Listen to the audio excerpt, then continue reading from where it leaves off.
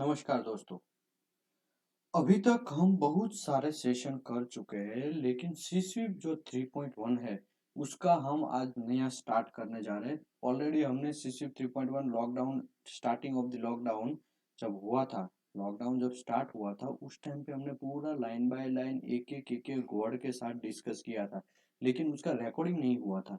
तो बहुत सारे लोगों का कमेंट आता रहता है, मैसेज रहते आते रहते हैं कि भाई इसका वापस करवाया जाए। तो फिर हर बार हम वापस करवाएंगे, हर बार रिकॉर्डिंग नहीं होगा। इससे अच्छा एक बार मैं रिकॉर्डिंग पूरा कर लेता हूँ सिर्फ, और पूरा यूट्यूब में डाल देता हूँ। जिसको देखना है, जिसको यूज करना है, जिसको प्रोफेशनल लाइफ में सिर्फ 3.1 का एग्जाम देना है, वो इसके हिसाब से दे सकते हैं।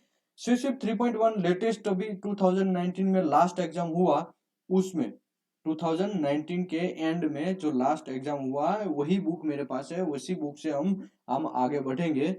ठीक है। सिर्फ 3.1 करने का फायदा क्या है? आपको गल्फ कंट्रीज में जॉब मिलने का चांसेस बढ़ जाता है। आपको इंडियन कंट्री जो है, इंडिया है, और अगर दूसरा कुवैत, कतार है, बांग्लादेश है, वो सब अलग अलग कंट्री में आपको जल्दी चांस मिलेगा। ऑलरेडी अगर आपकी की कंट्री में आपको जॉब करना है, तो आपको पहले चांस मिलेगा, बाकी के लोग आपके कंपटीशन से नीचे उतर जाएंगे। तो सीस्विप 3.1 बहुत इंपॉर्टेंट चीज है। बहुत सारे गल्फ कंट्रीज तो पहले से फॉलो कर रहे। कंपलसरी बिल्डिंग इंस्पेक्टर है, उसको सीस्विप 3.1 कंपलसरी कर दिया गया है। जैसे ही एक टाइम था एनडीटी लेवल 2 का, एक टाइम था 2012 13 14, एक टाइम था कि भाई एनडीटी लेवल 2 मिनिमम कंपलसरी चाहिए। वैसे ही यहाँ पे सब लोगों को स्विसिप कंपलसरी चाहिए, ऐसा बोल दिया गया है। तो अभी बहुत सारे लोग स्विसिप 3.1 करते हैं। स्विसिप 3.1 का चार्ज कितना है?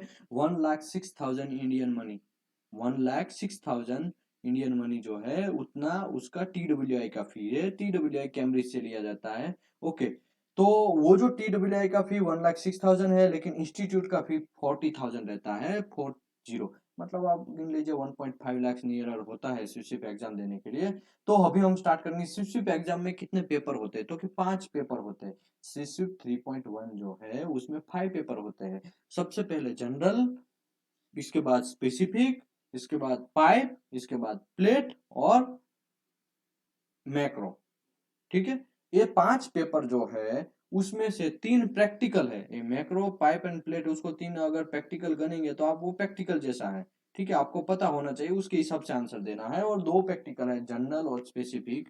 वो जनरली है हमारा। वैसे तो सभी ऑब्जेक्टिव ही है। ठीक है। उसमें कोई मैं ज्यादा नहीं बोल रहा हूँ, क्योंकि सबको पता है। मोस्ट ऑफ लोग जो सिर्फ देने वाला है, उसको पहले से ही पता रहता है ये सब चीज, की भी इतना इतना रहता है। जिसको नहीं पता है वो सुन लीजिए, उसमें क्या है। ठीक है। आगे बढ़ते हैं। एसयूसी 3.1 का एक बुक है पूरा। वो जो बुक है, उसमें यहाँ पे 26 कंटेंट दिए हैं, लेकिन हमको जनरली फॉलो करना है 21। 21 तक हमको चैप्टर करना है। उसके बाद में प्रैक्टिकल थोड़ा बहुत है। ठीक है। 21 चैप्टर हम क्लियर करेंगे लाइन बाय लाइन, तो हमारा सिर्फ कंप्लीट हो जाएगा। और जो भी लोग एग्जाम देना चाहते हैं, वो एग्जाम दे सकते हैं। इजीली पास होने का चांसेस रहता है। तो यहाँ पे कंटेंट के बारे में जल्दी जल्दी में बोल देता हूँ। बिल्डिंग कंटेंट क्या है? Type, typical duties of building inspector. Building inspector का टिपिकल ड्यूटी क्या है, वो पहला हमारा चैप्टर है। दूसरा चैप्टर टर्म्स एंड डेफिनेशन है। तीसरा building imperfection and material inspection. इसमें बिल्डिंग इम्परफेक्शन में क्या है? Pin hole, porosity, crack, laminar crack, hydrogen crack, solidification crack, misalignment, सबके बारे में डिटेल में डेप्थ में दिया गया है। डिस्ट्रक्टिव एग्जामिनेशन में आपको पता है क्वांटिटेटिव, क्वालिटेटिव, दो टाइप के डिस्ट्रक्टिव एग्जामिनेशन होते हैं। क्वांटिटेटिव में हम जो मेजर कर पाते हैं, जैसे कि इम्पैक्ट टफनेस, उसको मेजर करेंगे। फिर हमारा दूसरा रहता है हार्डनेस टेस्ट, तो उसको हम मेजर कर पाएंगे। ठीक है। तो वो सब चीज को क्वांटिटेटिव हो गया। क्वालिटेटिव मतलब बैंड टेस्ट, हमको खाली विजुअली ओके नॉट ओके ऐसा बोलना है। ठीक है। विजुअल एग्जामिनेशन है, वो भी एक नॉन डिस्ट्रक्टिव एग्जामिनेशन है। और हमारा अगर बात करें बैंड टेस्ट है, वो नॉन बैंड टेस्ट है, वो भी एक क्वालिटेटिव टेस्ट है। ठीक है। तो दो टाइप के टेस्टिंग रहते हैं। मैकेनिकल टेस्ट में दो, एक हमारा है क्वांटिटेटिव और क्वालिटेटिव। वो सब के बारे में जब आएगा तब हम डिस्कस करेंगे। Destructive exam, non destructive test में पीटी, एमटी, आरटी, यूटी, ठीक है, उसके बारे में ज्यादा इंफॉर्मेशन दिया गया है। वो चैप्टर नंबर 5 में। चैप्टर नंबर 6 है और डब्ल्यूपीएस एंड वेल्डर क्वालिफिकेशन के लिए है। चैप्टर नंबर 7 है मटेरियल इंस्पेक्शन के लिए। उसमें क्रोम का क्या काम है, कॉपर, फॉस्फोरस, सल्फर, मैंगनीज, मोली, वो सब का क्या क्या काम है उसके बारे में डेप्थ में डिटेल दिया गया है। उसके बाद वेल्डिंग सिंबल है, उसके बारे में डेप्थ डिटेल दिया गया है। कोड एंड स्टैंडर्ड है, introduction of welding process, MMAW मतलब SMAW, arc welding, TIG welding, GTAW, MIG MAG मतलब GMAW, submerge arc welding, SAW, thermal cutting process, thermal का welding consumable and weldability of steel and weld repair, residual stresses distortion, ये सब के बारे में एक chapter में हम अभी बात करेंगे। ठीक है, अभी हम फर्स्ट चैप्टर में स्टार्ट करना चाहते हैं, तो हम फर्स्ट चैप्टर स्टार्ट करेंगे, typical duty of welding inspector. ये चैप्टर मैं बहुत लोगों को करवा चुका हूँ, हर बार एक ही चीज में रिपीट करता हूँ, लेकिन आज जो फर्स्ट टाइम में ऐसा स्टार्ट कर रहा हूँ कि उसको रिकॉर्डिंग करके यूट्यूब पे डाला गया ताकि सब लोग देख सके। टिपिकल ड्यूटी सबसे पहला चैप्टर है, टोटल हम 21 चैप्टर इसमें कवर करेंगे। 21 में पहला चैप्टर हम यहाँ पे है, टिपिकल वेल्डिंग इंस्पेक्टर का ड्यूटी है। Typical duty of welding inspector, उसमें जनरल है, welding inspector are employed to assist with the quality control activity that are necessary to ensure that welded item meet the specified requirement and it fit from their application। Welding inspector को देखना है कि वो जो inspection कर रहा है वो एज पर एप्लीकेशन के हिसाब से है, एज पर आपका क्लाइंट के हिसाब से है, एज पर आपका जो आईटीपी है, इंस्पेक्शन टेस्ट प्लान, उसके हिसाब से है कि नहीं है, वो वेल्डिंग इंस्पेक्टर को एंश्योर करना है। कुछ भी कांड होता है, कुछ भी प्रॉब्लम होता है तो वो इन्फॉर्म करना है, जो भी है XYZ एक्शन लेना है, एनसीआर जनरेट करके, डेविएशन जनरेट करके, जो भी है। लेकिन आपको as per drawing, as per requirement, as per specification, आपको सब चीज देखना है कि भाई प्रॉपर हमें जो चाहिए वो है कि नहीं है, उसके हिसाब से। ठीक है, आगे बढ़ते। For employ to have a confidence their work. Okay, जो भी वेल्डिंग इंस्पेक्टर है उसको कॉन्फिडेंस होना चाहिए। फिर मैं बोलेगा उसको दबाने के लिए कोई टीपीआई है या थर्ड पार्टी है या पीआईडी है, उसको बोलेगा ये नहीं ऐसा थोड़ी होता है, तब वो इंस्पेक्टर डर जाएगा, हाँ तो मे भी ऐसा हो सकता है, ऐसा नहीं होना चाहिए। उसको कॉन्फिडेंस होना चाहिए, नहीं ऐसा है तो ऐसा है, कोड में ऐसा बोला है 5 mm तो हमको 5 mm ही एक्सेप्ट करना है, उसके हिसाब से आपको कॉन्फिडेंस होना चाहिए। जो भी है, जो भी चीज करो उसमें कॉन्फिडेंस होना चाहिए। ठीक है, आगे बढ़ते हैं। Welding inspector need Welding inspector need to have a ability to understand interpret the various QC procedure। Welding inspector को अलग अलग प्रोसीजर पढ़ते आना चाहिए, आईटीपी आपको पढ़ने आना चाहिए, स्पेसिफिकेशन आपको पढ़ने के लिए आना चाहिए। अगर स्पेसिफिकेशन ही पता नहीं है आपको पढ़ने के लिए, तब क्या आप इंस्पेक्शन कर पाएंगे? आपको आईटीपी क्या है उसको भी पता नहीं है तो आप इंस्पेक्शन कैसे कर पाएंगे? वेल्डिंग इंस्पेक्टर आगे ही कैसे बढ़ पाएगा? वेल्डिंग इंस्पेक्टर को यही पता नहीं कि हमको रिक्वायरमेंट क्या है, तो वो कैसे लोगों को समझाएगा, कैसे वेंडर को समझाएगा, कैसे इंस्पेक्टर को दूसरे कोई जो उसके नीचे इंजीनियर है उसको समझाएगा कि भाई तुम ऐसा करो ऐसा, अगर उसको पता ही नहीं है तो कैसे क्या होगा? मेरा कहने का मतलब है उसको प्रोसीजर पता होना चाहिए, क्या है, उसको आईटीपी पता होना चाहिए, सब चीज़ के बारे में उसको नॉलेज होना चाहिए। And also have a sound knowledge of welding technology. Welding technology, material science metallurgy है, उसके बारे में वेल्डिंग टेक्नोलॉजी, वेल्डिंग में क्या क्या कैसे वेल्डिंग होता है, कौन सी टेक्निक से प्रॉपर वेल्डिंग होता है, कौन से टेक्निक से कौन सा इम्परफेक्शन नहीं आएगा, वो सब चीज़ के बारे में डेप्थ नॉलेज होना चाहिए, जो हम आगे आएंगे वो करेंगे। ठीक है, visual inspection. Visual inspection is one of the non-destructive examination and discipline, and some of the application may be only form। मतलब विजुअल इंस्पेक्शन है वो एक नॉन डिस्ट्रक्टिव एग्जामिनेशन का एक पार्ट है, उसको हमको पता होना चाहिए कैसे करना है, वो आगे आएगा। ठीक है, for more demanding service condition, कुछ सर्विस ऐसी कंडीशन रहता है उसमें भी विजुअल इंस्पेक्शन करना पड़ता है। नॉन डिस्ट्रक्टिव एग्जामिनेशन वहाँ पे पॉसिबल नहीं होता है, उसमें विजुअल एग्जामिनेशन करना पड़ता है जहाँ पे पॉसिबल है। और नॉन डिस्ट्रक्टिव एग्जामिनेशन भी इंस्पेक्शन करने के लिए तो विजुअल एग्जामिनेशन ही चाहिए ना। तो आप डीपीटी कर लिया, उसमें पेनेट्रेशन बाहर निकला, उसमें हमको पता चला वहाँ पोरोसिटी है, लेकिन हमको देखने ही नहीं आता है कि यहाँ पे पोरोसिटी, तो काम का क्या? तो वो डिसिप्लिनरी एक्शन जो है, जो वो भी कुछ सर्विसेज है एनडीटी का, उसमें भी, और डीटी का भी कुछ सर्विसेज है, उसमें भी विजुअल तो जरूरी है। विजुअली आप देख नहीं पाएंगे, प्रॉपर जज नहीं कर पाएंगे, तो आपको कैसे आप डिसीजन ले पाएंगे? इसी के लिए नॉन डिस्ट्रक्टिव एग्जामिनेशन का एक पार्ट है विजुअल एग्जामिनेशन, उसमें भी विजुअल में डिफरेंट डिफरेंट तरीके से विजुअल एग्जामिनेशन होता है। ओके, कोड एंड स्टैंडर्ड वो सब चीज़ें, उसमें रिक्वायरमेंट सब चीज़ दिया गया नहीं है, लेकिन कुछ बेसिक रिक्वायरमेंट है, वो विजुअल एग्जामिनेशन में अलग कोड है। वो guidance of basic requirement of visual examination is given by BSEN 970। तो BSEN 970 है, उसमें पूरा का पूरा डेप्थ में दिया गया है आपको। आप यूरोपियन स्टैंडर्ड है, ठीक है, BSEN 970। तो आप ऐसा सोचेंगे कि हम तो आर्टिकल सेक्शन 5 आर्टिकल 9 जो करते हैं उसी के हिसाब से विजुअल एग्जामिनेशन हमने देखा है, ये कहाँ से आया नया BSEN 970। देखो भाई, सीस्वीप जो है वो ब्रिटेन स्टैंडर्ड के हिसाब से, यूरोपियन स्टैंडर्ड के हिसाब से सीस्वीप 3.1 है। तो आपको एग्जाम पर्पस के लिए कुछ तो चीज़ याद रखना पड़ेगा। एक क्वेश्चन आएगा आपको, क्वेश्चन जो भी है, जितने भी पेपर है, वो पेपर में सभी में एक क्वेश्चन 100% आएगा कि आपको विजुअल नॉन डिस्ट्रक्टिव एग्जामिनेशन और फ्यूजन वेल्ड विजुअल एग्जामिनेशन के लिए कौन सा कोड से। तो कोड है उसमें 4 ऑप्शन दिए गए होंगे, BSN 970, BSN 978, BSN 790, ऐसा करके घुमा घुमा के। तो आपको ये चीज़ याद रखना है, क्वेश्चन आएगा, गोखना है तो गोख डालो, जो भी करना है करो, आपको याद रखना है, ठीक है। BSEN 970 है वो विजुअल एग्जामिनेशन फ्यूजन वेल्ड का एग्जामिनेशन के लिए, मतलब non destructive examination of fusion weld visual examination के लिए, ठीक है। ये चीज़ आपको याद रखना है, सभी के लिए उसी में दिया गया है। Basic requirement of visual inspection जो BSEN 970 है, उसमें क्या क्या दिया गया है, उसमें कुछ चीज़ दिया गया है, उसके बारे में अभी डेप्थ में डिस्कस करेंगे। हम सिर्फ 3.1 का चैप्टर नंबर 1 कर रहे हैं, ठीक है। धीरे धीरे हम चैप्टर 21 तक जाएंगे और एक एक चैप्टर कवर करेंगे। Basic requirement of visual inspection का BSEN 970 में क्या क्या दिया गया है। पहले recommendation for welding inspection personal, मतलब वेल्डिंग इंस्पेक्टर को मिनिमम क्या पता होना चाहिए। तो वेल्डिंग इंस्पेक्शन पर्सनल जो है वो, उसमें क्या क्या होता है। Before start of welding particular contract BSEN 970 stated below inspection.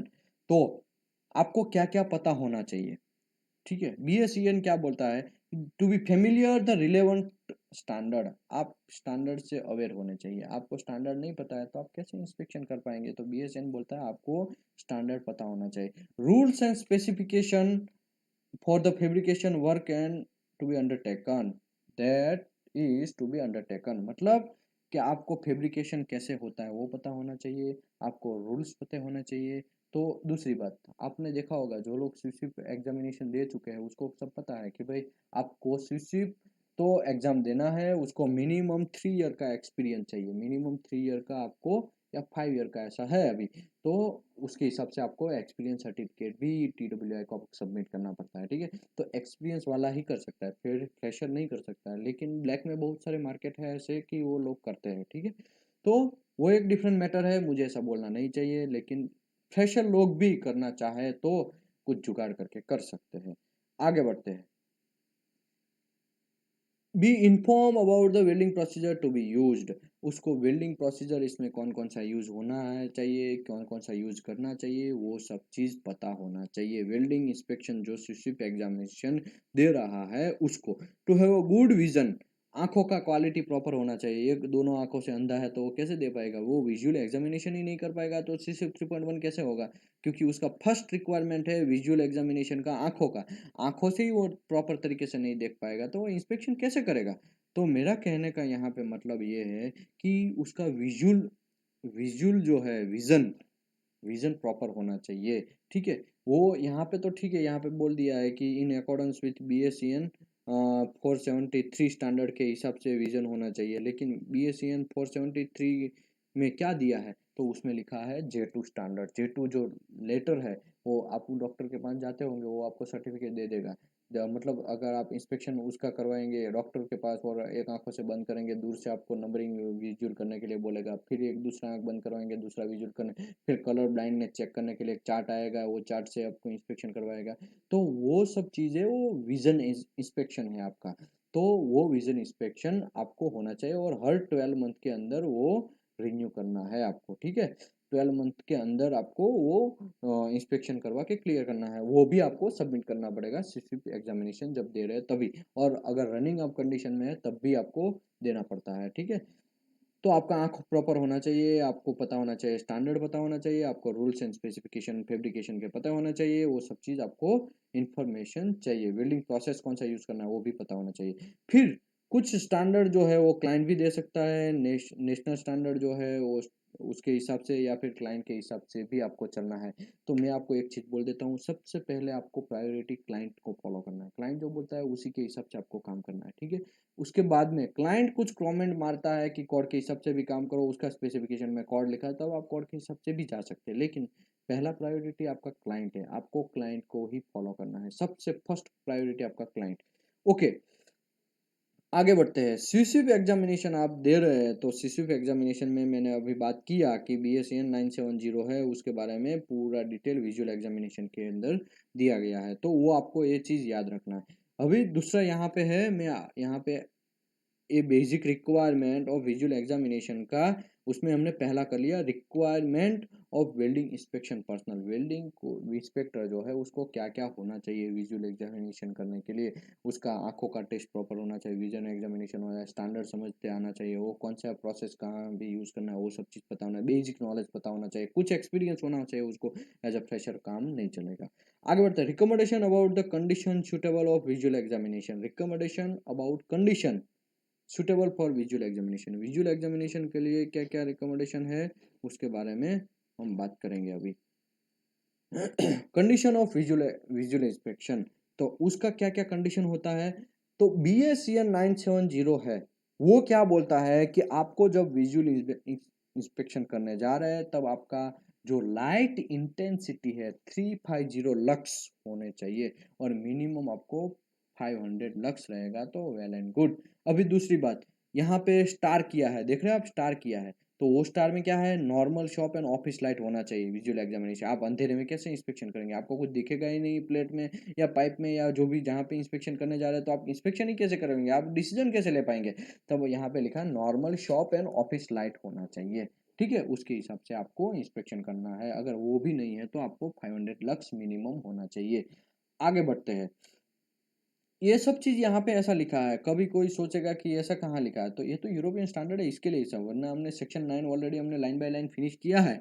उसमें हमने डिस्कस किया है सेक्शन 5 आर्टिकल 9 में कि भाई हमारा विजुअल एग्जामिनेशन करने के लिए 1076 लक्स होने चाहिए मिनिमम, और उसका डिस्टेंस हो 600 मैक्सिमम होना चाहिए, और मिनिमम उसका डिग्री 30 डिग्री होना चाहिए। वो ठीक है, वो तो ठीक क्लियर हो रहा है, लेकिन यहाँ पे लक्स का थोड़ा अलग से स्टैंडर्ड है, ठीक है, तो उसके हिसाब से आपको चलना है। आगे बढ़ते हैं। आपको विजुअल एग्जामिनेशन के लिए 600 मैक्सिमम तक ले सकते हैं आप डिस्टेंस आपके आंखों से, ठीक है, और 30 डिग्री मिनिमम ले सकते हैं आप। 601 तक आप दूर नहीं जा सकते, 1 मीटर से आप इंस्पेक्शन नहीं कर सकते, 2 मीटर से आप इंस्पेक्शन नहीं कर सकते, आप 600 मैक्सिमम तक जा सकते हैं। आप 500 तक आपका आंख रखेंगे वो टेस्ट पीस से, वो तो चलेगा, आप 600 तक चलेगा। लेकिन आप 601 रखेंगे और आप इंस्पेक्शन करेंगे, 610 रखेंगे, 650 रखेंगे, 680 रखेंगे या 700 रखेंगे, 2 मीटर 3 दूर से बोल देंगे कि वो प्लेट ओके है, मैं विजुअल ओके कर देता हूँ, ऐसा नहीं चलेगा। आपको नज़दीक जाना पड़ेगा, आपके आंखों को दिखाई दे उतने हिसाब से नज़दीक जाना पड़ेगा। वो नज़दीक का डिस्टेंस मैक्सिमम 600 है, मैक्सिमम 600 आप मिनिमम ले सकते हैं, मैक्सिमम इससे ज़्यादा नहीं जा सकते, ठीक है। डिग्री जो है वो आप 15 डिग्री एकदम सरफेस के सामने सामने देखेंगे, तब आप एकदम पैरेलल देखेंगे तब आपको पता नहीं चला, आपको परपेंडिकुलर देखना पड़ेगा, ठीक है, तब आपको पता है। पैरेलल देखेंगे तो आपको ऊपर का जो कंडीशन में क्या क्या प्रॉब्लम हो चुका है वहां पे कैसे पता चलेगा, तो वो पता नहीं चलेगा आपको, ये तो जनरल बात है, ठीक है। और दूसरी बात, यहाँ पे मिनिमम डिग्री 30 डिग्री दिया, 29 डिग्री आप नहीं ले सकते, ठीक है। ओ सॉरी, 29 डिग्री, यस, नहीं ले सकते आप, 15 डिग्री नहीं ले सकते आप, 31 डिग्री ले सकते हैं, कोई प्रॉब्लम नहीं है, ठीक है। तो मेरा यहाँ पे कहने का मतलब ये है कि आपको डिग्री भी प्रॉपर मेंटेन करना पड़ेगा विजुअल एग्जामिनेशन करने के टाइम। ओके, ये बात हो गया हमारा अभी विजुअल इंस्पेक्शन। अभी कभी कभी कुछ ऐसा होता है, पाइप है, पाइप के अंदर आपको इंस्पेक्शन करना है रूट, तो कैसे चेक कर पाएंगे, ये तो सनलाइट नहीं है, थोड़ा पाइप भी अंदर है, वहाँ पे तो ब्लैकिस्ट है, अंधेरा है, वहाँ कैसे चेक कर पाएंगे। तो उसके लिए भी अलग से क्राइटेरिया दिया गया है। एड ऑफ विजुअल इंस्पेक्शन में कभी कभी डायरेक्ट इंस्पेक्शन नहीं होता है, सनलाइट है, ऑफिस लाइट है, उसमें इंस्पेक्शन नहीं होगा, ट्यूब है, ट्यूब के अंदर आप घुस थोड़ी सकेंगे, पाइप के अंदर घुस थोड़ी सकेंगे, तो उसमें क्या होता है, जनरली आपको बोरोस्कोप यूज़ करना है, मिरर यूज़ करना है, फाइबर ऑप्टिक डाल के कैमरा यूज़ करना है, कैमरा भी आप डाल के यूज़ कर सकते हैं, तो उसको बोलते हैं एड टू विजुअल इंस्पेक्शन। जहाँ पे डायरेक्ट विजुअल एग्जामिनेशन पॉसिबल नहीं है, वहाँ पे आपको वैसा रिमोट विजुअल एग्जामिनेशन करना चाहिए। रिमोट सेक्शन 5 आर्टिकल 9 में रिमोट विजुअल एग्जामिनेशन लिखा है, यहाँ पे एड ऑफ विजुअल एग्जामिनेशन, कोई फर्क नहीं है, खाली नाम डिफरेंट डिफरेंट लिखा है, ठीक है। वेयर एक्सेस इज रिस्ट्रिक्टेड, जहाँ पे आप घुस नहीं सकते, आपका मुंडी नहीं घुस सकता, आपका आंख वहां से प्रॉपर तरीके से देख नहीं सकता है, वहां पे डायरेक्ट विजुअल एग्जामिनेशन पॉसिबल नहीं है। तो उसके the use of mirror, borescope, fibre optics and viewing system, कोई भी आप अलग से कैमरा ले सकते हैं, उसके हिसाब से आप ऑप्शन में भी यूज, ऑप्शन ये सब ऑप्शन है वो आप यूज करके एग्रीमेंट के हिसाब से कॉन्ट्रैक्टर और पार्टी जो आपका थर्ड पार्टी है, आपका क्लाइंट है, उसके हिसाब से एग्रीमेंट करके आप उसको इंस्पेक्शन कर सकते हैं। ठीक है, आगे बढ़ते हैं। It may also necessary to provide the auxiliary lighting given a suitable contract and relieve the effect between the surface imperfection and the background। अभी कभी कभी क्या होता है, नाइट के अंदर, नाइट 10 बज गया, रात को 10 बजे आपको इंस्पेक्शन करना है, नाइट शिफ्ट भी चलता है ना भाई बहुत कंपनी में, ऐसा थोड़ी है कि डे में ही खाली विजुअल एग्जामिनेशन होगा। पाइप के अंदर घुस गए, ठीक है, पाइप के अंदर तो आपने बोरोस्कोप डाल के इंस्पेक्शन कर लिया, लेकिन नाइट में इंस्पेक्शन करने के लिए आपको प्रॉपर लाइट इंटेंसिटी चाहिए।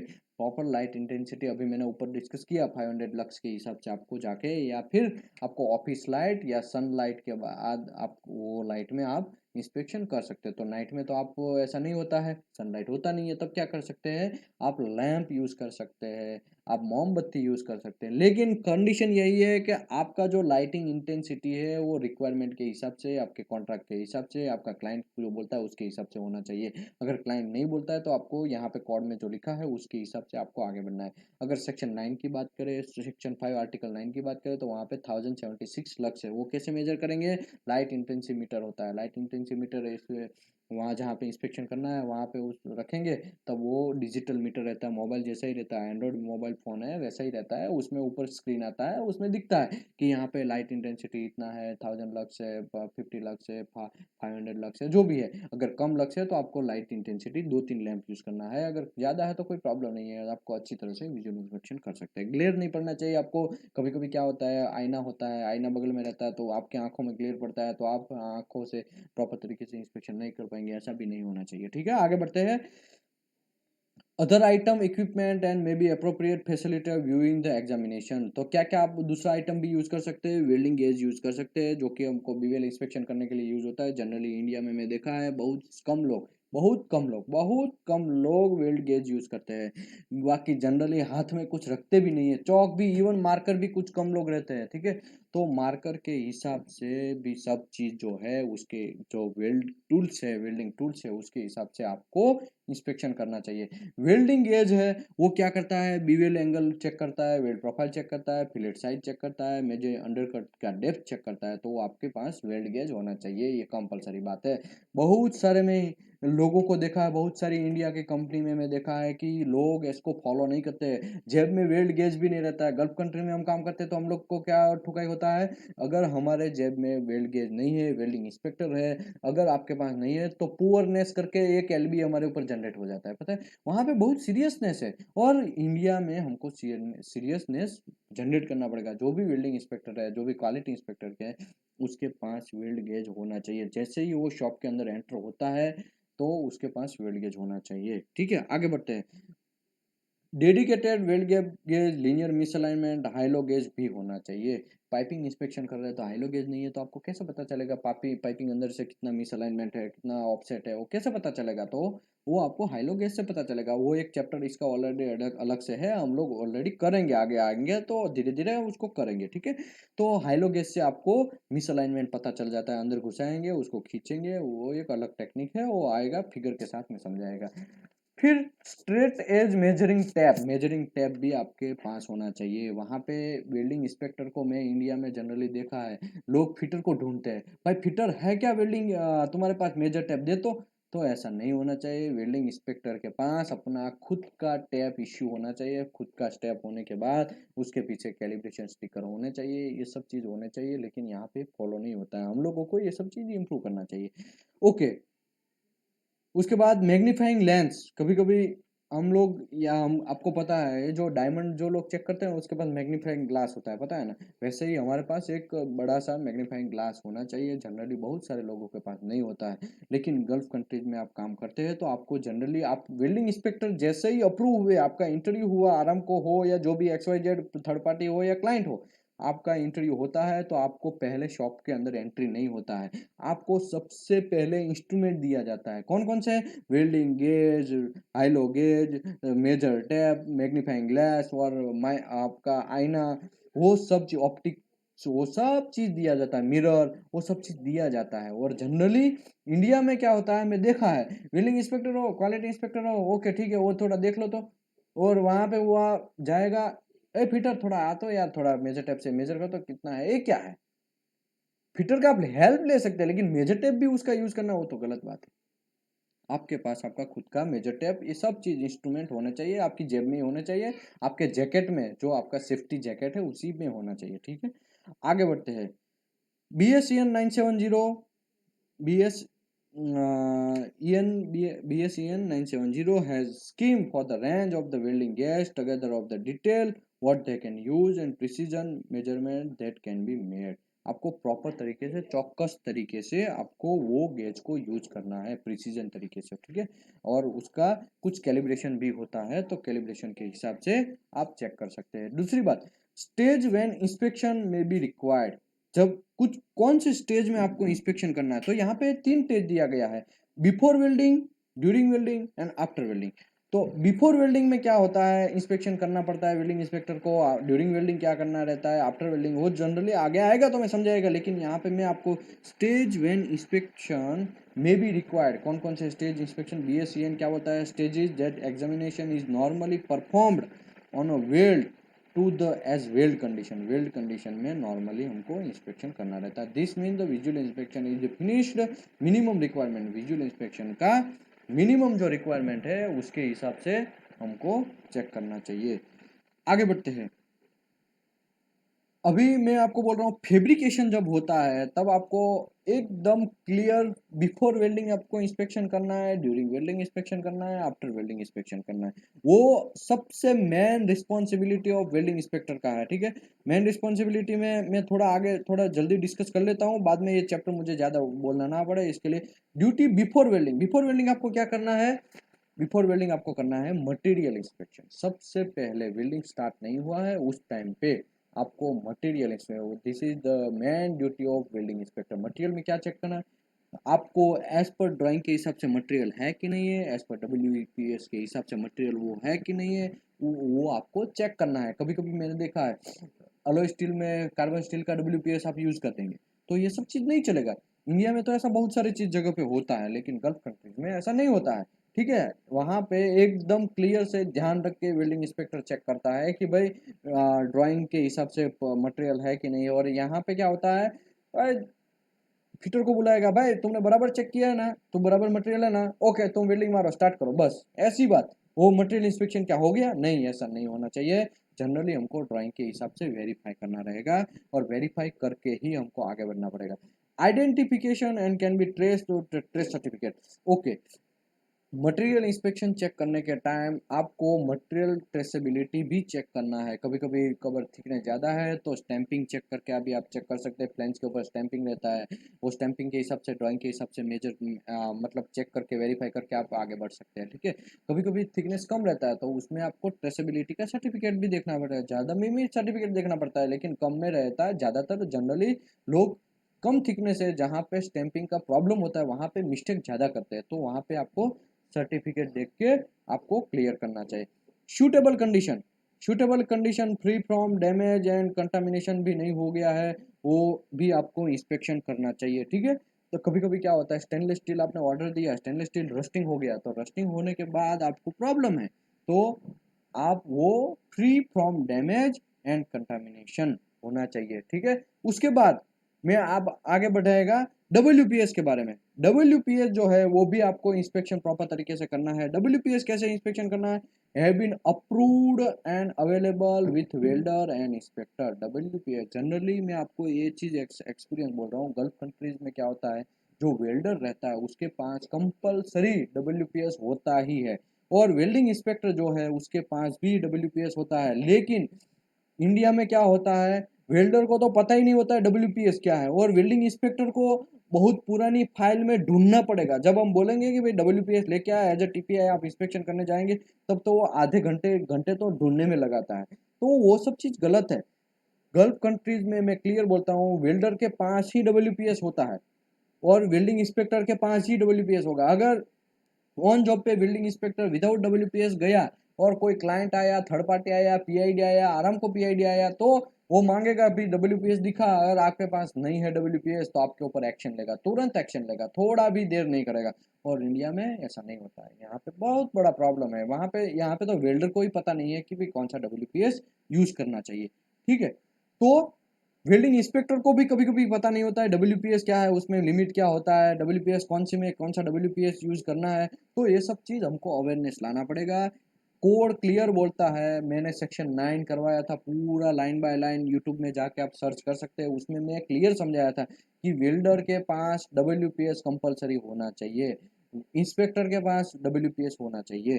ठीक है, और यहाँ पे BSEN यूरोपियन स्टैंडर्ड भी बोल रहा है कि वो रिकमेंडेशन कर रहा है कि वेल्डर के पास भी होना चाहिए, और हैव बीन मतलब रिकमेंडेशन है। ठीक है, वेल्डर के पास भी होना चाहिए और इंस्पेक्टर के पास भी होना चाहिए। और सेक्शन 9 है, उसमें भी हमने स्टार्टिंग ऑफ जनरल रिक्वायरमेंट में भी समझाया था कि वो भी रिकमेंडेशन है कि आपके पास होना चाहिए। ठीक है, आगे बढ़ते हैं। वेल्डिंग इक्विपमेंट, वेल्डिंग इक्विपमेंट कौन सी कंडीशन में कौन सा आपको इक्विपमेंट यूज करना है वो भी आपको पता होना चाहिए। आप फिलेट गेज चेक करने के लिए फिर हाइलो गेज कैसे इंस्पेक्शन करेंगे, हाइलो गेज कैसे फिलेट गेज इंस्पेक्शन करेंगे, तो वो भी आपको कौन सी कंडीशन में कौन सा इक्विपमेंट है वो आपको पता होना चाहिए और उसका कैलिब्रेशन होना चाहिए। मैं देखा है, मैं एक थोड़ी दिन पहले लॉकडाउन से जस्ट पहले थोड़ा एक अंकलेश्वर कंपनी में इंस्पेक्शन करने गया था, तो वहाँ पे क्या हुआ, मैंने आरटी फिल्म रिव्यू करने बैठा, डेंसिटोमीटर उसका कैलिब्रेशन ही नहीं है। बोलो 3 महीना हो गया डेंसिटोमीटर कैलिब्रेशन नहीं हुआ है, तो 3 महीने से वो ऐसे ही फिल्म देख रहे हैं क्या। तो कहने का मतलब कैलिब्रेशन होना चाहिए। कुछ कैलिब्रेशन के बारे में शेड्यूल क्यू में दिया है, उसके हिसाब से होना चाहिए। शेड्यूल क्या है, शेड्यूल क्यू क्या है, वो हमने ऑलरेडी सेक्शन 2C में करवाया है। उसमें लिखा है कि वेल्डिंग मशीन है उसमें 6 मंथ का कैलिब्रेशन होना चाहिए। उसके बाद जो भी है डेंसिटोमीटर तो सेक्शन 5 में लिखा है, उसमें डेंसिटोमीटर का 3 मंथ का कैलिब्रेशन होना चाहिए। सभी का अपना अपना रिक्वायरमेंट के हिसाब से अलग अलग कैलिब्रेशन कहाँ लिखा है उसके बारे में डेप्थ नॉलेज दिया गया है। ओके, आगे बढ़ते हैं। Weld preparation, weld preparation proper होना चाहिए, एज पर WPS होना चाहिए। आपको WPS में लिखा है कि रूट गैप 2 mm रखना है, तो आप 8 mm रख के बैठेंगे और वेल्डिंग मारेंगे, तब क्या होगा, कांडी होगा, कोई प्रॉब्लम नहीं है उसमें। आपको प्रॉपर आपको साउंडनेस नहीं मिलेगा वेल्डर का, कुछ ना कुछ उसमें प्रॉब्लम हो जाएगा, रूट पेनिट्रेशन नहीं आएगा, रूट फ्यूजन प्रॉपर नहीं होगा, या फिर प्रॉपर तरीके से वेल्डिंग नहीं होगा। आप प्रॉपर उसका जब वेल्डिंग चेक करने बैठेंगे तो वहाँ पे डिसकंटिन्यूटी डिफरेंट डिफरेंट टाइप के मिलेंगे। तो आपको जब WPS आप फॉलो नहीं करेंगे, वेल्ड प्रिपरेशन ही प्रॉपर आप तरीके से बनाएंगे नहीं, तो आपको कैसे पता चलेगा कि भाई ये बराबर होगा कि नहीं होगा। इसी की वजह से क्लियर वर्ड है यहाँ पे, अकॉर्डेंस विथ WPS या जैसे बोलता है उसी के हिसाब से आपको वेल्ड प्रिपरेशन करना है। वेल्डर क्वालिफिकेशन, वेल्डर क्वालिफिकेशन क्या है, वेल्डर को कोई भी कंपनी से दूसरी कंपनी में से हमारी कंपनी में वेल्डर आया तो क्या तुरंत बिठा देना है वो कंपनी में, चलो भाई तुम काम करने लगो, ऐसा नहीं है।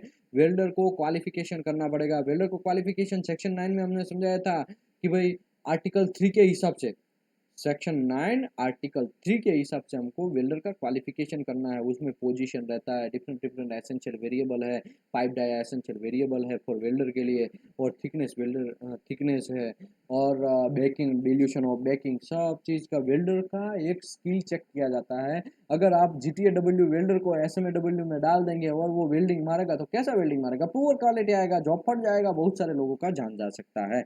इसके लिए आपको वेल्डर का qualification is the must most important part, और ये मस्ट चीज है। ठीक है, यहाँ पे कोई चीज का आप कॉम्प्रोमाइज नहीं कर सकते। Identification of the welding qualification of WPS to be used.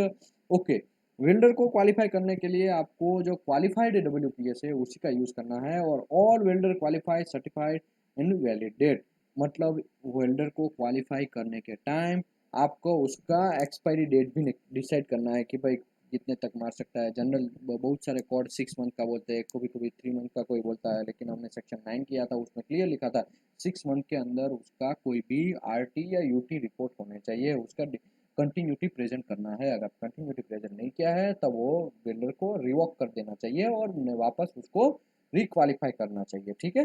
तो वेल्डर क्वालिफिकेशन तो बहुत जरूरी है, वो तो सबको पता ही है। बिल्डिंग कंज्यूमेबल कैसे करेंगे, सेक्शन 2C के हिसाब से हम डिसाइड करेंगे कैसे करना है। जनरली हमने सेक्शन 2C में भी और कंस्ट्रक्शन कोड के हिसाब से, कंस्ट्रक्शन कोड जैसे बोलता है उसके हिसाब से कि भाई वेल्डर वेल्डिंग इलेक्ट्रोड जो है वो हमको कैसे सिलेक्ट करना है। मिनिमम जो दो दो भी मेटल, जितने भी मेटल है उसमें मिनिमम दो मेटल को आपको कंबाइंड वेल्डिंग मानना है, तो उसमें मिनिमम जिसका टेंसाइल स्ट्रेंथ है वो, और मेन एलिमेंट कार्बन निकल मोली जो है वो मेन एलिमेंट से ज़्यादा या उससे उससे ज़्यादा टेंसाइल भी उतना और उससे ज़्यादा आप लेके आप इलेक्ट्रोड सिलेक्ट कर सकते हैं। केमिकल कंपोजिशन, टेंसाइल स्ट्रेंथ, बहुत सारा इसमें कंटेंट इफेक्ट करता है। खाली मैं ये दो ही चीज़ मेन बोला हूँ, बाकी आपका जॉइंट कन्फिग्रेशन कैसा है, जॉइंट का पोजीशन कौन सा है, वो सब चीज़ के बारे में आपको वेल्डिंग कंज्यूमेबल सिलेक्ट करना चाहिए। वेल्डिंग कंज्यूमेबल अभी अभी हम यहाँ पे सेक्शन 3.1 की बात कर रहे हैं, तो हम यहाँ पे डिसाइड करेंगे this to be use to specified WPS. WPS में जैसे लिखा है वैसे आपको स्टोरेज करना है, वैसे आपको कंट्रोल करके इंस्पेक्शन करना है। हमने देखा था कि बहुत सारे लोग डेकिंग नहीं करते, डायरेक्ट इलेक्ट्रोड को यूज कर लेते हैं, तो वो सब चीज गलत बात है। आप डायरेक्ट यूज करेंगे हाइड्रोजन क्रैक आने का चांसेस है, जॉब जब फटेगा तो बहुत सारे लोगों का जान जा सकता है। इसके लिए आपको डब्ल्यूपीएस में जो बोला है, डब्ल्यूपीएस में जो कंट्रोल सिस्टम बोला है वो सिस्टम के हिसाब से करना पड़ेगा, और आपका मैन्युफैक्चर रिकमेंडेशन करता है वो, अदरवाइज कोड और स्टैंडर्ड जो बोलता है उसके हिसाब से आपको स्टोरेज करना है, उसके हिसाब से आपको आगे बढ़ना है। अब ऐसे ही जनरली सीधा आया पानी में डुबोया हुआ इलेक्ट्रोड से वेल्डिंग मार दिया, जॉइंट जाके ऑन जॉब पे गया और वहां पे फट गया, वहां पे 100 लोग काम कर रहे हैं, वहां 100 लोग मर जाएंगे, तो वो इज रिस्पॉन्सिबल, तो वेल्डिंग इंस्पेक्टर इज रिस्पॉन्सिबल। तो आपको वो सब चीज स्टार्टिंग में ही फेब्रिकेशन जब करते हैं उसी टाइम पे आपको ध्यान रखना पड़ेगा। आगे बढ़ते हैं। Welding face are free from defect and contamination of and damage नहीं होना चाहिए। वेल्डिंग फेस वेल्ड मैंने देखा है कि बहुत सारे लोग इंडिया में जब पाइप फिटअप करते हैं तब क्या होता है, वहाँ रस्टिंग होता है, बर्स होता है, बर्स निकाला नहीं है, अंदर कितना कचरा है, और धड़ाधड़ वेल्डिंग इंस्पेक्टर कुछ बोलता भी नहीं, देखने के बावजूद भी कुछ बोलता नहीं, और वेल्डिंग हो जाता है, वेल्डर वेल्डिंग मार देता है, तो उसमें डिसकंटिन्यूटी आने का चांसेस है। तो कोड क्या बोलता है, कोड क्लियर बोलता है कि फ्री फ्रॉम डिफेक्ट, डिफेक्ट वहाँ पे कोई भी नहीं होना चाहिए, कंटामिनेशन वहाँ नहीं होना चाहिए, और डैमेज भी नहीं होना चाहिए। यहाँ पे डैमेज का बहुत प्रॉब्लम होता है, जब आप जॉइंट फिटअप करते हैं तब बहुत ठोक ठाक करते हैं, चाबी लगाते हैं, हैमरिंग करते हैं, वो सब तो अलाउ नहीं है। देखो hammering pinning is the not acceptable, clear code में सभी जितना भी कोड देखेंगे सभी में लिखा है pinning is not not acceptable, ठीक है। कुछ कंडीशन में क्लाइंट अगर बोलता है तो आप कर सकते हो, वो अलग बात है, लेकिन आपको नहीं करना चाहिए, वो गलत बात है। हैमरिंग करने से मटेरियल प्रॉपर्टी में भी इफेक्ट पड़ेगा, टेंसाइल स्ट्रेंथ में इफेक्ट पड़ेगा, इम्पैक्ट टफनेस पे इफेक्ट पड़ेगा, तो वो सब चीज बहुत सारा इफेक्ट है, इसके लिए pinning is the not acceptable, ठीक है। हैमरिंग भी कभी कभी करते हैं तो डैमेज होने का भी चांसेस है, तो वो भी आपको ध्यान रखना है। ग्राइंडिंग करने के टाइम भी डैमेज होने से वहां पे कट हो जाता है, बीवेल है वहां पे कट हो जाएगा, तो वो भी एक रूट में प्रॉब्लम हो सकता है, तो आपको ध्यान रखना है। वेल्ड फेस है प्रॉपर तरीके से होना चाहिए, प्री हिट है वो डब्ल्यूपीएस में जैसा बोला है उसके हिसाब से होना। तो ये सब चीज में क्या बात किया, ये सब चीज में वेल्डिंग मारने से पहले duty before welding, before welding आप वेल्डिंग इंस्पेक्टर को ये सब चीज चेक करना है। ड्यूरिंग वेल्डिंग आपको क्या क्या इंस्पेक्शन करना है, तो कि site field welding, site field welding में आपको एंश्योर करना है, ensure weather condition is suitable compliance with the code and condition not affected on welding.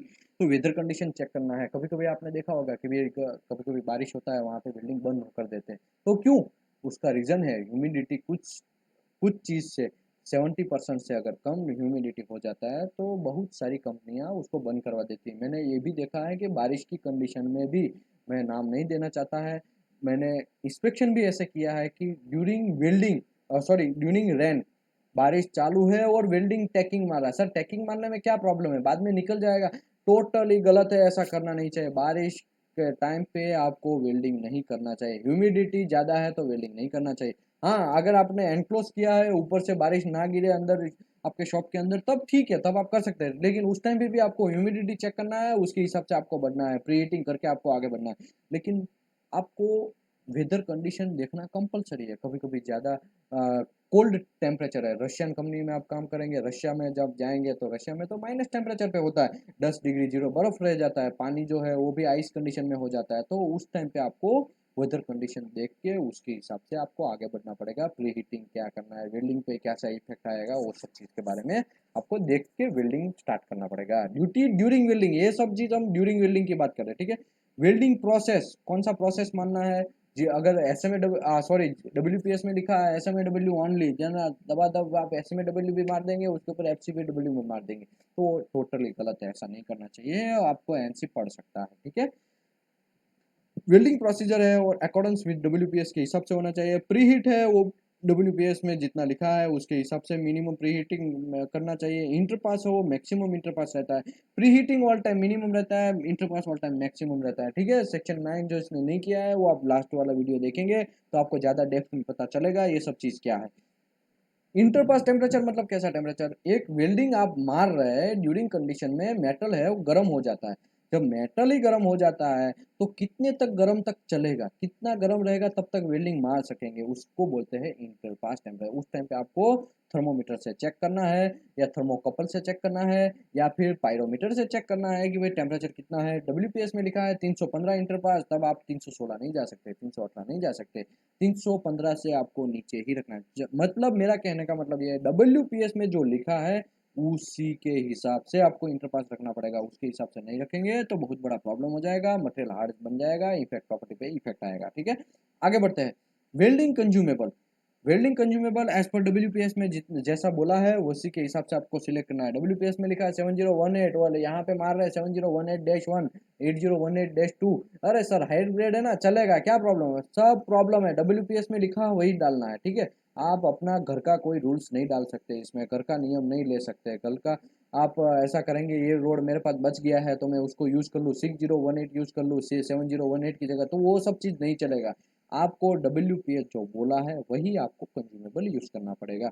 Welding parameter, welding parameter क्या है तो कि current, voltage, trial speed and are accordance with WPS. Current voltage आपको बोला है कि करंट 200 तक लेना है, आप 350 करंट ले लेंगे तो नहीं चलेगा।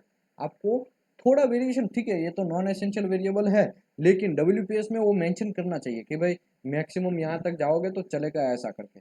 तो यहाँ पे मेरा कहने का मतलब ये है current, voltage and travel speed जो भी डब्ल्यूपीएस में लिखा है उसके बारे में हम डेप्थ एक एक पॉइंट के ऊपर एक एक घंटा, दो दो घंटा हमने निकाला है टाइम, ठीक है। करंट के बारे में हमने एक एक घंटा समझाया है। लास्ट हमारे सेशन आप देखेंगे आर्टिकल सेक्शन 9 का, तो उसमें आपको पता चलेगा कि करंट, वोल्टेज, ट्रायल स्पीड ये सब चीज़ क्या है। कुछ लोग नहीं है उसको पता नहीं है, तो देखो मोस्टली यहाँ एक्सपीरियंस वाले ही है, इसके लिए मुझे ज़्यादा इसमें ज़्यादा डेप्थ में जाने का जरूरत नहीं है। रूट रन, रूट रन कैसा होना चाहिए, visual, visual acceptance code before filling of the joint single side weld. Root run मतलब कैसे मारना चाहिए, अगर डबल भी है सिंगल भी है तो आपको रूट कैसे मारना चाहिए, कैसे गाउजिंग करना चाहिए, उसके बारे में डेप्थ में डिटेल दिया गया है। वो भी आपको प्रॉपर तरीके से इंस्पेक्शन करना है। कभी कभी मैं देखा है इंडिया में रूट रन मारते हैं तो बहुत सारे लोग गल्फ कंट्री में तो पूरा इंस्पेक्शन करते हैं रूट रन इंस्पेक्शन मारने के बाद, रूट मारने के बाद, लेकिन वो पाइपिंग अगर मार रहा है वेल्डर तो पाइपिंग ऊपर विंडो रखता है, विंडो से पूरा रूट चेक करता है वेल्डिंग इंस्पेक्टर। और इंडिया में मैं देखा है वेल्डिंग खत्म भी हो जाता है तब भी उसको ये स्टेटस भी पता नहीं होता है वेल्डिंग इंस्पेक्टर को कि भाई कितना वेल्डिंग हुआ। क्वालिटी इंस्पेक्टर को यही पता नहीं होता है कि कितना हम लोगों को आगे बढ़ना है, रूट हमको चेक करना है कि नहीं करना है, वो सब चीज़ पता नहीं होता है। तो मेरा कहने का यहाँ पे मतलब ये है कि रूट मारने के बाद रूट आपको कंपलसरी चेक करना चाहिए। वेल्डिंग इंस्पेक्टर का मेन ड्यूटी है, सबसे ज़्यादा इफेक्ट आता है, मैं आपको बोलता हूँ 80% डिसकंटिन्यूटी आता है ना तो रूट में आती है, तो रूट आपको कंपलसरी चेक करना चाहिए। हाँ, गल्फ कंट्री में तो ऐसा होता है कि भाई जहाँ जब तक वो रूट फिनिश होता है वो ऊपर विंडो रखता है, जब तक वेल्डिंग इंस्पेक्टर विंडो चेक नहीं करता है, विंडो से पूरा रूट चेक नहीं करता है, तब तक वेल्डर आगे ही नहीं बढ़ता, तब तक जॉब पे बैठता है। तो यहाँ पे ऐसा नहीं होता, यहाँ पे तो बहुत अर्जेंट है भाई, तू जल्दी काम कर दे, मेरे को 6 महीने में जॉब देना है और तू जला फटाफट काम करके मुझे दे। और यहाँ पे फोर्स ही इतना रहेगा मैनेजर का कि धड़ाधड़ वेल्डिंग मार देगा, क्वालिटी कुछ इंप्रूव नहीं होगा और क्या होगा, प्रॉब्लम हो जाएगा। आगे बढ़ते हैं। गाउजिंग, गाउजिंग कैसे करना है आपको पता है, गाउजिंग ग्राइंडिंग से भी कर सकते हैं, आपको बैक गाउजिंग मशीन है उससे भी कर सकते हैं और आप इलेक्ट्रोड से भी कर सकते हैं। ऐसे में डब्ल्यू का है गाउजी गाउजी इलेक्ट्रोड आता है, ठीक है, उससे भी कर सकते हैं। तो आपका डब्ल्यूपीएस में जो बोला है उसके हिसाब से आगे बढ़ना है। इंटर रन क्लीनिंग, बहुत सारे लोग जो है इंटर रन क्लीनिंग नहीं करते, उसकी वजह से स्लेग फंसने का चांसेस सबसे ज़्यादा रहता है। तो ये सब चीज़ आपको देखना है कि जैसे ही एक पास मारता है, टू रन ग्राइंडिंग ऊपर घूमना ही चाहिए, घुमाना ही है। वेल्डर को कंपलसरी बोल देना है, तू एक पास फिनिश करता है तो आपको तुमको ग्राइंडिंग घुमाना है, दूसरा पास फिनिश करता है ग्राइंडिंग घुमाना है, तुमको थोड़ा तो वहां से स्लेग निकालना ही, वायर ब्रश मारना ही है, ग्राइंडिंग मारना ही है। कभी कभी क्या होता है, बिल्डर है वो आलस में रह जाता है, यार मेरा बिल्डिंग अच्छा ही है, कोई बात नहीं, ज़्यादा करंट लेके मार देगा, स्लेग निकल जाएगा, तो वो सब चीज़ बिल्ड मेटल प्रॉपर्टी पे इफेक्ट करेगा। आपको इंटर रन क्लीनिंग कंपलसरी करवाना चाहिए और उसका इंस्पेक्शन करना चाहिए, ठीक है। वेल्डर जो है वो अप्रूव्ड होना चाहिए, रजिस्ट्रेशन उसका होना चाहिए, मतलब क्वालिफाइड होना चाहिए एज पर डब्ल्यूपीएस। वेल्डर ही क्वालिफाई नहीं है तो वेल्डिंग क्वालिटी कैसे मिलेगा, कुछ घंटा भी नहीं मिलेगा। मेरा कहने का यहाँ मतलब ये है कि भाई आपको वेल्डर जो है वो क्वालिफाई होना चाहिए, ठीक है। वेल्डर क्वालिफाई ही नहीं है तो आपको क्वालिटी मिलने का चांसेस नहीं है। आगे बढ़ते हैं। ड्यूटी आफ्टर वेल्डिंग, ये तो हमने बिफोर वेल्डिंग ड्यूरिंग वेल्डिंग हमने कर लिया, अभी आफ्टर वेल्डिंग क्या इंस्पेक्शन करना चाहिए। तो आफ्टर वेल्डिंग में मैं आपको बोल देता हूँ, वेल्ड आइडेंटिफिकेशन। वेल्ड आइडेंटिफिकेशन क्या है, वेल्डर ने वेल्डिंग तो मार दिया लेकिन वहां पे वेल्डर का नंबर डालना पड़ेगा, आपको वहां पे स्टैंपिंग करना पड़ेगा, मार्कर से लिखना पड़ेगा। पाइपिंग है तो पाइपिंग का थिकनेस 6 mm से कम है, तब आपको वहां पे एक बॉक्स बनाना पड़ेगा थोड़ा दूर वेल्ड जॉइंट से, 500 mm या 300 mm दूर पे बॉक्स बना के उसमें लिखना पड़ेगा कि ड्राइंग नंबर क्या है, इसका जॉइंट नंबर क्या है, कुछ कौन से वेल्डर ने मारा, वेल्डिंग इंस्पेक्टर कौन है, किसने चेक किया, पाइपिंग इंस्पेक्टर कौन है, और विजुअल इंस्पेक्शन किसने चेक किया, वो सब चीज़ का बॉक्स रहता है। जो लोगों ने गल्फ में काम किया है उसको ज़्यादा पता रहेगा, जो लोग इंडिया में भी जो लोग प्रॉपर काम किया है, LNT है, रिलायंस है, वो सब में, लिंडे है, अच्छी अच्छी कंपनियां है, उसमें जो पाइपिंग में काम किया है जनरल, उसको ज़्यादा पता रहेगा। लेकिन जो लोग नए हैं उसको मैं बोल देता हूँ, पाइपिंग के अंदर स्टैंपिंग नहीं होता है जनरली, तो क्या करते हैं लोग, लोग वहाँ पे परमानेंट मार्कर से बॉक्स बना के वहाँ पे लिख देते हैं, ठीक है। तो उसमें आपको प्रॉपर आइडेंटिफिकेशन डालना जरूरी है। एक वेल्डर वेल्डिंग मार के वहां से गया और वहां पे दूसरे वेल्डर जो कोई अच्छा वेल्डर है, जिसका क्वालिटी अच्छा है, जिसका रिपेयर कम है, वो वेल्डर का आप डाल देंगे नंबर, वो भी गलत बात है, टोटली गलत बात है। बहुत सारी कंपनी में मैं देखा है कि ऐसा होता है, ताकि वेल्डर का जो, कभी कभी क्या होता है पता है, पाइपिंग जो इंडस्ट्रीज है उसमें 10% के जनरली रेडियोग्राफी होता है, कभी रैंडम होता है, कभी 10%, 100% बहुत कम है। सीरियस सीवियर, जैसे ही B31.3 में हमने सीखा कि भी कितने टाइप की कैटेगरी है पाइपिंग है, severe category, M category, N category, D category, सभी का कैटेगरी है, सबका कैटेगरी के हिसाब से अलग अलग उसका इंस्पेक्शन है। सीवियर कैटेगरी है तो सभी का 100%, एक टैकिंग भी मारेंगे वो भी 100% आपको चेक करना है। एम कैटेगरी है तो कुछ चीज़ 100% है, कुछ 10% है। डी कैटेगरी में सभी 10% है कैटेगरी है, तो उसके हिसाब से आप लोगों को आगे बढ़ना है इंस्पेक्शन में। तो कभी कभी क्या होता है, कुछ 10% पे आरटी करना रहता है, तो वहां पे क्या है, दूसरे बिल्डर जो अच्छा बिल्डर है उसका नाम डाल देते हैं, तो क्या होता है कि उसका कैटेगरी हम छुपा सके, उसका जो वेल्डिंग है उसका आरटी ना ले सके, ना ना लिया जाए, ताकि हमारा वेल्डिंग थोड़ा जल्दी, सॉरी, ये हमारा जो प्रोडक्शन है वो तो फास्ट भागे, वो सब चीज़ होता है। उसी की वजह से जनरली लोग ऐसा करते, तो ऐसा नहीं करना चाहिए आपको। Welding proper identification, welder number, जो वेल्डर ने मारा है उसी का नंबर डालना चाहिए। आगे बढ़ता है welding acceptance. Weld acceptance as per आपको किसके हिसाब से करना है, नॉन डिस्ट्रक्टिव एग्जामिनेशन के हिसाब से, प्रोफाइल एंड क्लीनिंग के हिसाब से, विजुअल इंस्पेक्शन के हिसाब से आपको करना चाहिए। और एनडीटी में क्या है, एनडीटी में PT, MT, RT, UT, BT, ET सब चीज़ है, उसके हिसाब से कभी कभी आपको विजुअल इंस्पेक्शन के हिसाब से भी आपको वेल्डर एक्सेप्टेंस करना पड़ेगा, वेल्डर एक्सेप्टेंस करना पड़ेगा, और वहाँ पे आपको बॉक्स में साइन करना पड़ेगा, वहाँ पे साइन करके आप आगे बढ़ सकते हैं। डायमेंशन सर्वे, कभी कभी क्या होता है स्टेनलेस स्टील में डिस्टोर्शन हो जाता है, तो आपको डायमेंशन चेक करना पड़ता है, डिस्टोर्शन कितना हुआ कितना हुआ। Generally distortion is the prohibited, B31.3 में आपने देखा है, हमने ऑलरेडी लाइन बाय लाइन किया उस टाइम में, हमने समझा चैप्टर नंबर 3 में कि भाई डिस्टोर्शन इज प्रोहिबिटेड, डिस्टोर्शन थोड़ा भी एक्सेप्ट नहीं है, उसमें कोई क्राइटेरिया नहीं है कि 3 mm, 2 mm, 4 mm चलेगा, वो कुछ नहीं चलेगा। आपको डिस्टोर्शन इज प्रोहिबिटेड, कोई भी मेटल हो, कोई भी मटेरियल हो, डिस्टोर्शन इज प्रोहिबिटेड, ठीक है। आपको डिस्टोर्शन एक्सेप्ट नहीं करना है। आगे बढ़ते हैं कि आपको डायमेंशन सर्वे जब करते हैं तब प्रॉपर तरीके से आपको डायमेंशन इंस्पेक्शन करना है, उसका प्रॉपर नोट बना के उसमें लिखना है, उसका सबमिट करना है रिपोर्ट।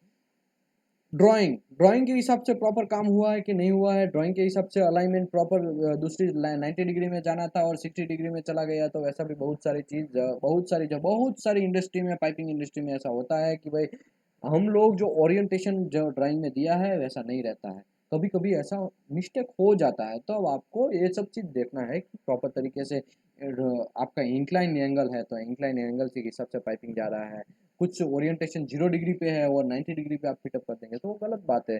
तो वो सब चीज़ है, ठीक है, तो आपको ड्राइंग के हिसाब से क्लियर करना पड़ेगा। एनडीटी, नॉन डिस्ट्रक्टिव एग्जामिनेशन में क्या है, आपको पीटीएमटी आरटी यूटीबीटी ये सब चीज़ है, जैसे कि हमने पहले ही डिस्कस किया, उसके हिसाब से आप आगे बढ़ सकते हैं। अगर पीटी की बात करें तो सब ओनली सरफेस के ऊपर ही हम चेक कर सकते हैं पीटी। अगर एमटी की बात करें तो सब सरफेस के अंदर चेक कर सकते हैं अब 6 mm तक। और यूटी की बात करें तो 6 mm से ज़्यादा थिकनेस रहेगा तभी हम यूटी चेक कर सकते हैं, उसका एक लिमिटेशन है। आरटी कुछ भी कोई भी चीज़ में हम चेक कर सकते हैं, लेकिन एक एक डिसकंटिन्यूटी के जस्ट बगल में नीचे एग्जैक्ट उसकी पैरेलल सरफेस पे नीचे कोई आता है परपेंडिकुलर, वो चीज़ चेक नहीं है। सबका अपना अपना कोई एडवांटेज डिसएडवांटेज है, ठीक है, तो एनडीटी अपने हिसाब से सिलेक्ट करके आगे बढ़ना चाहिए, अदरवाइज कोड के हिसाब से आपको एनडीटी करके वेल्डिंग को एक्सेप्टेंस क्राइटेरिया करना चाहिए। आगे बढ़ते हैं। रिपेयर, रिपेयर अगर कोई करता है तो रिपेयर में ध्यान रखना है, रिपेयर इज अ 100% विटनेस, आपको 100% रिपेयर विटनेस करना है। Monitor acceptance with procedure, procedure के हिसाब से आपको आगे बढ़ना। Post weld heat treatment, there are 7 types of heat treatment, tempering, martempering, austempering, normalizing, hardening और स्ट्रेस रिलीविंग, और एक बच गया है एनिलिंग, ठीक है। 7 टाइप्स के हीट ट्रीटमेंट है, ऑलरेडी हमने पहले भी ये हीट ट्रीटमेंट के बारे में एकदम डेप्थ में जा चुके हैं, लेकिन सीशिप का सेशन आया है तो मैं थोड़ा ये बोल देता हूँ। हीट ट्रीटमेंट 7 टाइप्स के होते हैं, डिफरेंट डिफरेंट टाइप के कौन से हीट ट्रीटमेंट हमको फॉलो करना है वो डब्ल्यूपीएस में लिखा है, उसके हिसाब से आपको आगे बढ़ना है। प्रेशर लोड टेस्टिंग, आपको फिर टेस्टिंग करना है, हाइड्रो टेस्ट, न्यूमेटिक टेस्ट, सभी जो भी टेस्टिंग करना है वो टेस्टिंग आपको कोड के हिसाब से, स्टैंडर्ड के हिसाब से, स्पेसिफिकेशन के हिसाब से आपको करना चाहिए। डॉक्यूमेंटेशन एंड रिकॉर्ड, आपको ये सब चीज जितना भी चेक किया उसका आपको डॉक्यूमेंटेशन रखना है। एग्जामिनेशन रिकॉर्ड में क्या है, ये सब चीज आपने इंस्पेक्शन किया है उसमें आपका एक फॉर्म बनता है, आपने देखा होगा बहुत सारा जनरल कि उसमें मैन्युफैक्चरर का ऊपर आपका कंपनी का सिंबल रहेगा, अपने कंपनी का रिपोर्ट रहेगा, उसमें लिखा होगा आइडेंटिफिकेशन एग्जाम कौन सा एग्जामिनेशन है, वो मटेरियल टाइप कितना थिकनेस है, जॉइंट कैसा था, वेल्ड प्रोसेस कौन सा है, और स्टैंडर्ड क्राइटेरिया उसका क्या क्या है, किस हिसाब से एक्सेप्ट किया है, और इंस्पेक्टर कौन था इंस्पेक्शन करने के टाइम, और अप्रूवल लास्ट में 3 साइन रहता है, जिसने वो इंस्पेक्शन किया वो उसका लेवल 2 या लेवल 3 ऐसा करके सब अलग अलग अलग अलग साइन रहता है, तो उसके हिसाब से आपको डॉक्यूमेंटेशन भी आपको करना रहता है। तो यहाँ पे चैप्टर नंबर 1 मोस्टली फिनिश होता है। टिपिकल ड्यूटी ऑफ इंस्पेक्शन में हमने पूरा ये सब चीज़ इंस्पेक्शन चेक कर लिया, उसमें कुछ चीज़ में इसमें कुछ 2-3 लाइन छोड़ा है, वो जनरल ज़रूरत नहीं है, ठीक है? इसके लिए मैं छोड़ा है, तो उसमें आप ज़्यादा टेंशन मत लीजिए। Typical duty of welding inspector में क्या होता है कि आपको कोड का पता होना चाहिए, स्टैंडर्ड का पता होना चाहिए, विजुअल एक्सेप्टेंस क्राइटेरिया, क्लाइंट के हिसाब से, क्लाइंट जो देता है वर्कमैन गुड वर्क, यहाँ पे ऐसा नहीं है कुछ क्राइटेरिया गुड कोड में नहीं दिया है, तो आपको गुड इंजीनियरिंग प्रैक्टिस के हिसाब से, गुड वर्कमैनशिप के हिसाब से भी आपको फॉलो करना रहता है, तो उसके हिसाब से करना चाहिए। अभी नेक्स्ट हम इसके बाद बात करेंगे, आज चैप्टर नंबर 2 की बात करेंगे, इसके बाद धीरे धीरे हम आगे बढ़ते रहेंगे, और टोटल 21 चैप्टर जो शिप 3.1 के हैं वो पूरा हम फिनिश करेंगे। ऑलरेडी हम बहुत बार करवा चुके हैं, लेकिन लोगों का डिमांड था, इसके लिए ये हम यहाँ पे सेशन को फर्स्ट चैप्टर क्लोज करते हैं। Thank you very much everybody, thank you very much.